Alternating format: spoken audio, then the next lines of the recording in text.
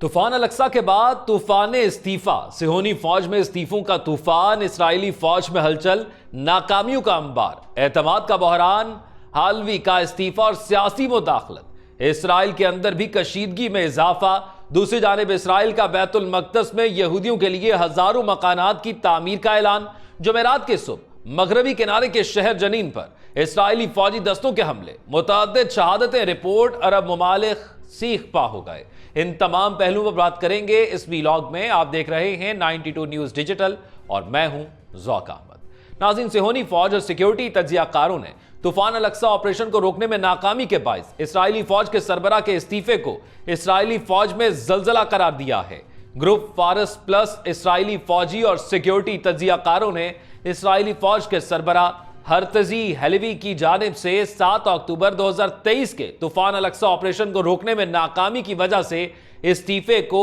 ایک جملے میں بیان کیا ہے: اسرائیلی فوج میں زلزلہ۔ ہیلوی کا استعفا، یہ استعفا 6 مارچ کو نافذ العمل ہوگا اور غزہ میں جنگ بندی کے لیے نیتن یاہو کے جھکاؤ کے بعد دیا گیا استعفا اب تک خبروں کی زینت ہے۔ اسرائیلی فوج کے سربراہ کے طوفان الاقصی کے ساتھ نمٹنے میں ناکامی اور جنگ کے مختلف محاذوں پر فوج کو ہونے والے بھاری نقصانات کی وجہ سے تنازعات، اختلافات اور الزامات کے تبادلے کے پردے کے پیچھے چھپی ہوئی کہانی کو آشکار کرتا ہے۔ یہ استعفا، جو حالوی کی فوج کی سربراہی کے عہدے پر مدت پوری ہونے سے پہلے دیا گیا ہے، اسرائیلی فوج کے جنوبی علاقے کے کمانڈر یارون فلکمن اور فوجی پروسیکیوشن کے سربراہ میجر جنرل یفت رشومی کے استعفوں کا بھی سبب بنا۔ اس سے قبل اسرائیلی فوج کی انٹیلیجنس ڈویژن، جسے امان کہا جاتا ہے، کہ سربراہ اہارون کا استعفا فوجی حلقوں میں بڑی ہلچل کا باعث بنا تھا۔ حلوہ نے بھی حالوی کی طرح 7 اکتوبر کو اسلامی مزاحمتی تحریک حماس کی 2023 کی جانب سے غزہ کے اطراف کے شہروں پر حملے کی وجہ سے سامنے آنے والی سیکیورٹی ناکامی کی ذمہ داری قبول کرتے ہوئے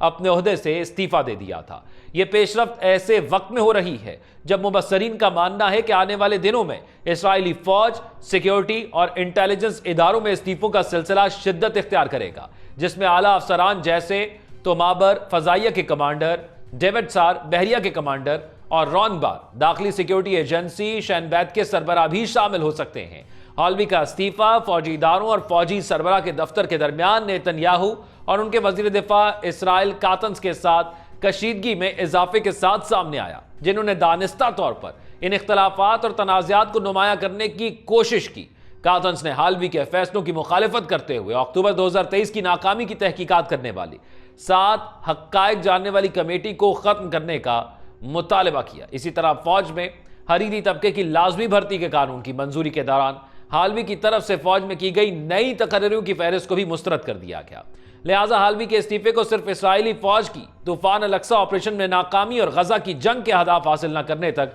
محدود نہیں کیا جا سکتا، بلکہ اس میں نیتن یاہو کی کابینہ کی سیاسی تحریکات بھی شامل تھی، جنہوں نے انہیں استعفا دینے پر مجبور کیا۔ یہ صورتحال اس گہرے بحران کی عکاسی کرتی ہے جس کا اسرائیلی فوج کو سامنا ہے اور جو روز بروز شدت اختیار کرتا جا رہا ہے۔ حالوی کا استعفا ایک ایسی فوج کو پیچھے چھوڑتا ہے جو 15 ماہ کی بے نتیجہ غزہ جنگ کے بعد سنگین اور متعدد بحرانوں میں ڈوبی ہوئی ہے۔ مزید برآں یہ استعفا فوج کو اعلیٰ اور سینئر کمانڈرز کی سطح پر شدید بحرانوں کا سامنا کروا رہا ہے، خاص طور پر جبکہ ان میں سے کئی کمانڈرز یا تو اپنے عہدوں سے مستعفی ہو چکے ہیں یا قبل از وقت ریٹائرمنٹ لے چکے ہیں اور ان کے متبادل کے لیے کوئی آپشن موجود نہیں ہے۔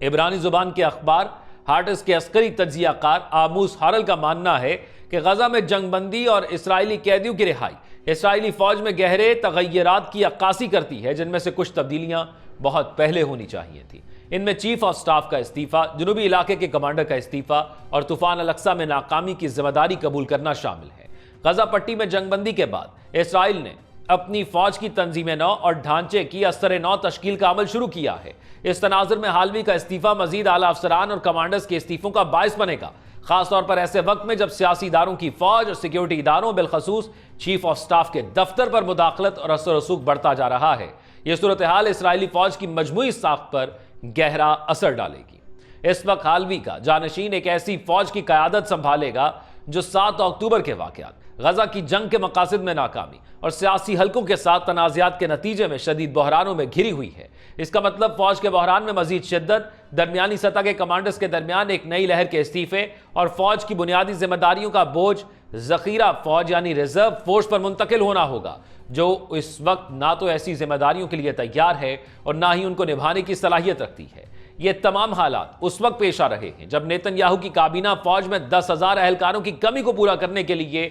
خریدی طبقے کے لیے لازمی فوجی سروس کے قانون کو منظور کروانے کی کوشش کر رہی ہے، جو اسرائیل کو ایک اور سنگین بحران سے دوچار کرے گا۔ تل ابیب یونیورسٹی کے قومی سلامتی کے مطالعہ انسٹی ٹیوٹ کے محقق آفر شلا نے فوج اور اسرائیلی کابینہ کے تعلقات اور فوج میں سیاسی مداخلت پر بات کرتے ہوئے، جس نے حالوی اور حالوہ کے استعفے کا باعث بنی، یہ استعفے فوج میں اعتماد کے بحران کی عکاسی کرتے ہیں اور اس کے تاثرات سینئر افسران تک بھی پہنچیں گے۔ حالوی کا استعفی اور فوجی ادارے میں سیاسی مداخلت، چاہے وہ تقرریوں کی سطح پر ہو یا فوجی منصوبوں اور حکمت عملیوں میں، اسرائیلی فوج کے مستقبل پر خطرناک اثرات مرتب کرے گی، کیونکہ فوج میں کسی بھی غیر موزوں اور نااہل تقرری، چاہے وہ نیتن یاہو کی طرف سے ہو یا کسی اور شخصیت کی جانب سے، 1948 کی جنگ کے دوران جنرلز کی بغاوت جیسے بڑے بحران کا سبب بن سکتی ہے۔ اس لیے بعید نہیں کہ وزیر دفاع اور نیتن یاہو کی فوجی ادارے میں بڑھتی ہوئی مداخلت حالوی کے استعفے کو افسران اور فوجی کمانڈرز کے درمیان استعفوں کے ایک سلسلے میں تبدیل کر دے۔ اس سے نہ صرف چیف آف سٹاف مزید کمزور ہوگا،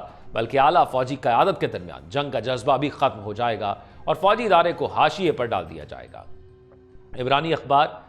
بدیاؤت اہار نارتھ کے پارلیمانی اور سیکیورٹی امور کے صحافی امخائی کا کہنا ہے کہ جنگ کے ابتدائی لمحوں سے ہی سب کو احساس ہو گیا تھا کہ حالوی کی قیادت میں فوج نہ صرف طوفان الاقصی جیسے بڑے آپریشن کے لیے تیار نہیں تھی، بلکہ غزہ کی جنگ کے دوران بھی یہ واضح ہو گیا کہ فوج میں افرادی غیر فعالیت، ہچکچاہٹ اور لڑائی سے گریز کی کیفیت غالب ہے۔ اطالی مزید کہتے ہیں، ان تمام سالوں میں جب اسرائیلی فوج کو اپنی تیاروں اور مستقبل کی جنگوں کے لیے تیار ہونا چاہیے تھا، اس کے کمانڈرز بشمول حالوی فلسفیانہ بحثوں اور عسکری نظریات کی تشکیل میں مصروف تھے۔ انہوں نے زور دیا کہ ان غلطیوں اور ناکامیوں کے انبار نے 7 اکتوبر کے حملے کی صورت میں حیرت اور غافل گیری کو جنم دیا۔ انہوں نے کہا کہ اسرائیلی فوج نہ تو اس جنگ کے لیے تیار تھی اور نہ ہی کسی اور جنگ کے لیے، کیونکہ یہ ایسی عسکری نظریات میں الجھی ہوئی تھی جو میدان میں موجود حقیقی حالات سے مطابقت نہیں رکھتی تھی، اور یہی وہ چیز تھی جس نے ہمیں حماس کے ہاتھوں شکست دلائی۔ اطالی نے یاد دلایا کہ حالوی کے دور میں اسرائیلی فوج جنگ کے کسی بھی مقصد کو حاصل کرنے میں ناکام رہی۔ 15 ماہ کی تھکا دینے والی جنگ کے بعد بھی ہم حماس کو شکست نہیں دے سکے، اور غزہ کی پٹی پر سینکڑوں ہزاروں ٹن دھماکہ خیز مواد گرانے اور اسے تقریباً مکمل طور پر تباہ کرنے کے باوجود ہم ایک بھی قیدی کو آزاد نہیں کروا سکے۔ قابض اسرائیلی حکومت مقبوضہ بیت المقدس کے مشرقی حصے میں ہزاروں نئے آباد کاری یونٹس بنانے کا منصوبہ بنا رہی ہے، جس میں الشیخ جرح کے پڑوس میں انتہا پسند آباد کاروں کے لیے ایک مذہبی اسکول کا قیام بھی شامل ہے۔ جمعرات کو اسرائیلی اخبار ہارٹز نے کہا کہ بڑے منصوبے میں کفر عقب گاؤں سے ملحقہ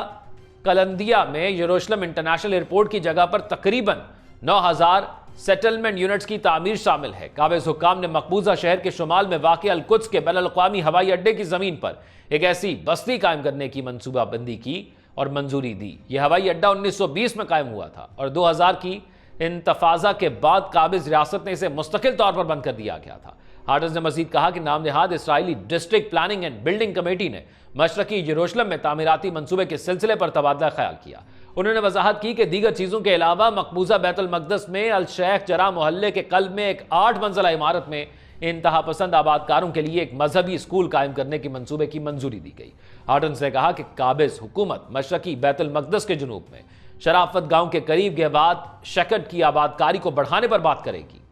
700 نوآبادیاتی یونٹس بنانے کا منصوبہ بنائے گی، جس سے مقدس شہر کو جنوبی مغربی کنارے سے الگ تھلگ کرنے کا خطرہ ہے۔ اسرائیلی پیس ناؤ موومنٹ کی طرف سے شائع کردہ ڈیٹے میں بتایا گیا کہ حالیہ مہینوں میں دسمبر 2022 کے آخر میں بنجامن نیتن یاہو کی موجودہ حکومت کے قیام کے بعد سے بستیوں کی رفتار میں نمایاں اضافہ ظاہر کیا ہے۔ اقوام متحدہ مقبوضہ علاقوں میں آباد کاری کو غیر قانونی سرگرمی سمجھتی ہے۔ اس نے کئی دہائیوں سے اسے روکنے کا مطالبہ کیا ہے، جبکہ سعودی وزارت خارجہ نے جمعرات کی صبح مغربی کنارے کے شہر جنین پر اسرائیلی فوجی دستوں کے حملے کی شدید مذمت کی ہے۔ سعودی وزارت خارجہ نے جمعرات کی صبح مغربی کنارے کے شہر جنین پر اسرائیلی فوجی دستوں کے حملے کی شدید مذمت کرتے ہوئے یہ کہا گیا ہے کہ ان حملوں کو روکا جائے۔ سعودی عرب ایک بار پھر عالمی برادری سے مطالبہ کرتا ہے وہ اسرائیل کی جانب سے بین الاقوامی قوانین اور معاہدوں کی خلاف ورزی کو روکنے کے لیے ذمہ دار بنے۔